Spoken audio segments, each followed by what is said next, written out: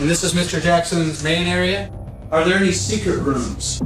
Police right now searching Michael Jackson's Neverland Ranch. This is part of an ongoing investigation. Michael Jackson has been gone for 17 years. His biopic just made hundreds of millions at the box office. A new generation is discovering his music.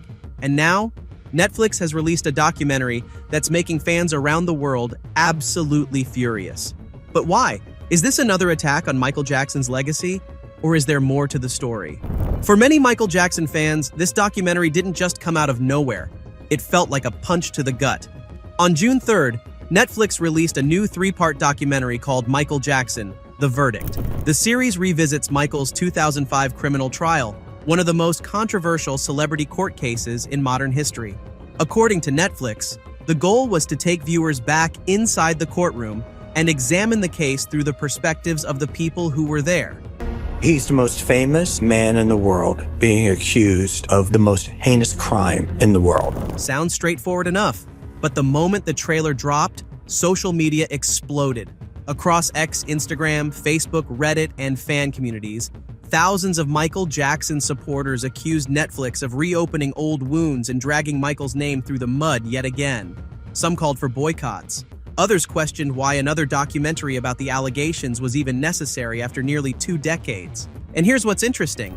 Many fans weren't even angry because a documentary existed. Michael Jackson has been the subject of documentaries, books, investigations, interviews, and debates for decades. That's nothing new. An arrest warrant for Mr. Jackson has been issued on multiple counts of child molestation. What made this different was the feeling that history was repeating itself all over again. For supporters, it wasn't just another documentary. It was another chapter in a story they believe never seems to end. A story where every time Michael Jackson's image begins to recover, another controversy suddenly appears to pull the conversation right back into the same place. And when fans looked at the timing of Netflix's release, that's when things became even more suspicious. Michael Jackson's trial has finally begun. I walked into what looked like a circus. We believed he was a criminal, and he was able to get away with it because of his fame and celebrity. Now let's talk about the timing, because this is where a lot of fans believe things stop being a coincidence. Just weeks before Netflix released Michael Jackson, The Verdict, Michael Jackson was everywhere. The Michael movie had become one of the biggest movies of the year. A whole new generation was discovering his story, his music, and his impact on popular culture. Clips from the film were going viral. Old performances were flooding social media again. Streams of songs like Billie Jean, Beat It, Smooth Criminal, and Man in the Mirror were surging across platforms. For the first time in years, much of the conversation surrounding Michael Jackson seemed to be focused on his talent rather than controversy. And fans loved it. After years of defending Michael online, many supporters felt like public opinion was finally starting to shift. How do innocent people leave the courthouse? They let the whole world see them. This was a man who was unique in his talent, skill, and accomplishment, and unique in his victimization of children. Younger audiences who weren't even alive during the 2005 trial were becoming fans. People were talking about his music, his performances, and his influence instead of courtroom headlines. Then Netflix announced The Verdict, and suddenly the conversation changed. I wasn't looking for a tabloid movie or a documentary shaming the man. I think that's what the critics were looking for, a darker side. And with the family and the estate controlling this movie, you're never going to get that. Instead of discussing the success of the biopic, people were debating allegations again. Instead of talking about Michael the performer, people were talking about Michael the defendant. To many fans, the timing felt impossible to ignore. Some supporters argued that Netflix was simply taking advantage of the renewed interest surrounding Michael Jackson. Others went further, claiming the documentary was deliberately released to counter the positive momentum created by the movie. Now, whether that's true or not is something only Netflix can answer. But perception matters. And when millions of fans already believe the media has treated Michael unfairly for decades, releasing a documentary about his most controversial chapter right in the middle of his biggest comeback in years was always going to create a massive reaction. But timing alone wasn't what made fans furious. The real issue goes much deeper than that. Because according to supporters, the documentary is built around a question that was supposedly answered 20 years ago. For many fans, this is the heart of the entire controversy. Because in their eyes, the verdict already happened. Back in 2005, Michael Jackson faced one of the most publicized celebrity trials in history. For months, news cameras followed every development, every witness, every piece of testimony, and every courtroom moment became global headlines. The world watched as prosecutors attempted to convince a jury that Michael had committed serious crimes against a young boy. Michael denied the allegations. His legal team fought back. And after nearly 4 months of testimony and intense media coverage, the jury finally reached its decision. Michael Jackson was found not guilty on all counts. For supporters, that should have been the end of the story. Whether someone personally likes Michael Jackson or not, fans point to one simple fact. A jury heard the evidence, listened to the witnesses, examined the arguments from both sides, and delivered its verdict. Case closed. That's why the title The Verdict immediately rubbed many supporters the wrong way. Their reaction was basically, what verdict are we talking about? The verdict was delivered 20 years ago. But critics see things very differently. Many argue that a legal verdict and public opinion are not the same thing.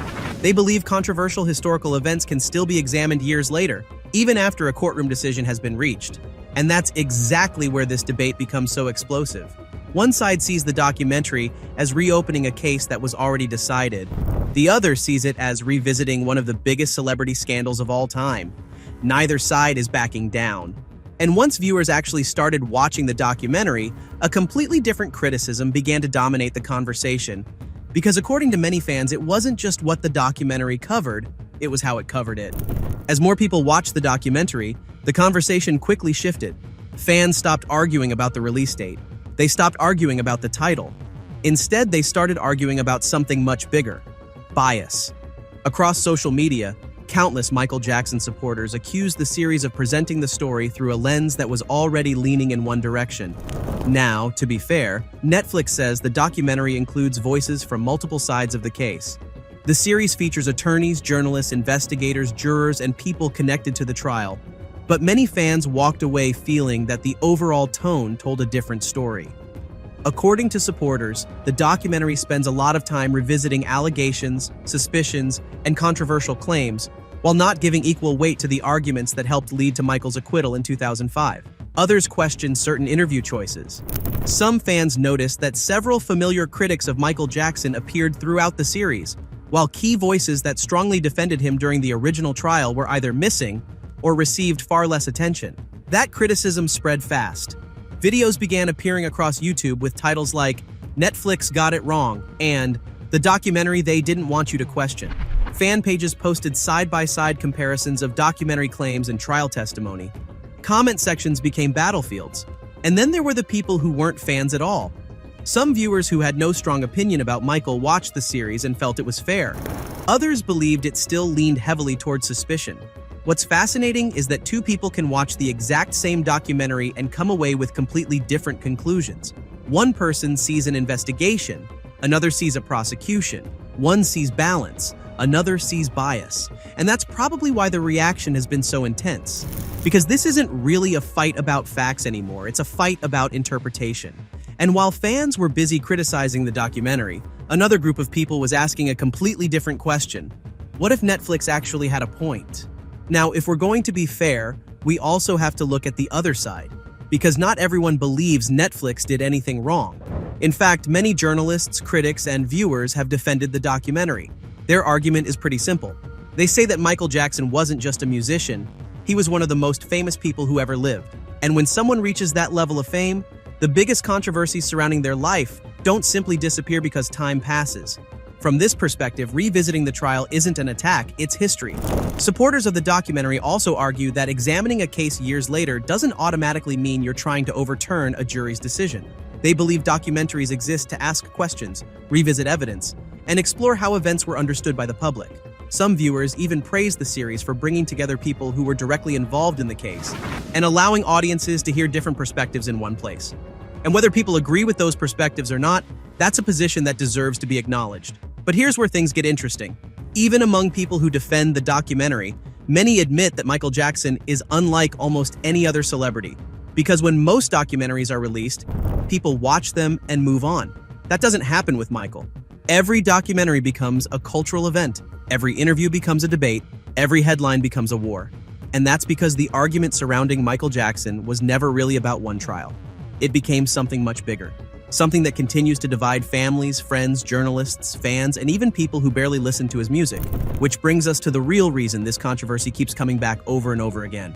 The battle over Michael Jackson's legacy never actually ended. The truth is, this documentary didn't create the debate.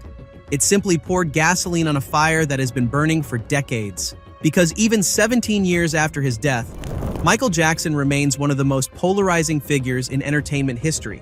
Think about it. Very few artists can release a movie, trend worldwide, dominate social media, and spark international arguments years after they're gone. Yet Michael does it over and over again. Every time his name returns to the headlines, the same battle begins. One side points to his music, his influence, his humanitarian work, and the fact that a jury acquitted him after one of the most scrutinized trials in history. The other side argues that the questions surrounding his life never fully disappeared and deserve continued examination. And neither side seems willing to move an inch. We've seen it happen with documentaries, we've seen it happen with books, we've seen it happen with interviews, we've seen it happen with the biopic. And now we're seeing it happen again with Netflix's The Verdict. What's remarkable is that younger generations are now joining the conversation. Many people discussing Michael Jackson online today weren't even alive when the 2005 trial took place. They didn't watch the courtroom coverage. They didn't experience the media frenzy. They're forming opinions based on documentaries, social media clips, articles, YouTube videos, and whatever information they encounter first. That's one reason why both supporters and critics fight so hard over these projects. Because they're not just arguing about the past. They're competing to shape how future generations will remember Michael Jackson. Will he be remembered primarily as the greatest entertainer of all time? Will he be remembered primarily through controversy? Or will history ultimately remember both sides of the story? That's the battle. And that's why every new documentary feels so important to people on both sides. But after looking at all of this, there's one question we still haven't answered. Why are fans really so angry? And the answer goes much deeper than Netflix. After looking at everything, I don't think most fans are angry because a documentary exists. And I don't think they're angry simply because Netflix released it. The real reason runs much deeper. For many supporters, Michael Jackson can no longer defend himself. Every accusation, every documentary, every headline, every debate happens without the one person at the center of the story being able to respond. And whether you believe Michael was innocent, guilty, misunderstood, or something in between, that's a reality nobody can deny. For fans, that feeling creates a unique kind of frustration. Imagine spending years watching someone you admire break records, inspire millions, and change popular culture forever. Then imagine feeling like every major conversation about that person eventually circles back to the same controversy. That's how many supporters describe their relationship with Michael Jackson's legacy. Some feel exhausted, some feel protective, some feel angry, and some genuinely believe the media has treated Michael differently than other celebrities throughout his life and after his death. At the same time, there are people who would argue that public figures don't become immune from scrutiny simply because they've passed away. And that's exactly why this debate never seems to end, because both sides believe they're defending the truth. One side believes they're defending a man they feel was unfairly targeted. The other believes they're defending the importance of asking difficult questions. And when two groups are convinced they're protecting the truth, compromise becomes almost impossible. Maybe that's why a documentary released in 2026 can still trigger global arguments about events that happened more than 20 years ago. Maybe that's why millions of people are still debating Michael Jackson long after most artists would have faded from public conversation. Love him or criticize him, support him or question him, one thing is impossible to ignore. Very few people in history have remained this relevant, this discussed, and this emotionally powerful nearly 2 decades after their death. And that's what makes this story so fascinating. Because the documentary may be called The Verdict, but judging by the reaction it sparked around the world, the verdict on Michael Jackson is clearly still being argued. But what do you think? Is Netflix revisiting history or reopening a case that should have been left in the past? Let me know in the comments, and if you enjoyed this video, don't forget to subscribe for more Michael Jackson stories, news, and deep dives.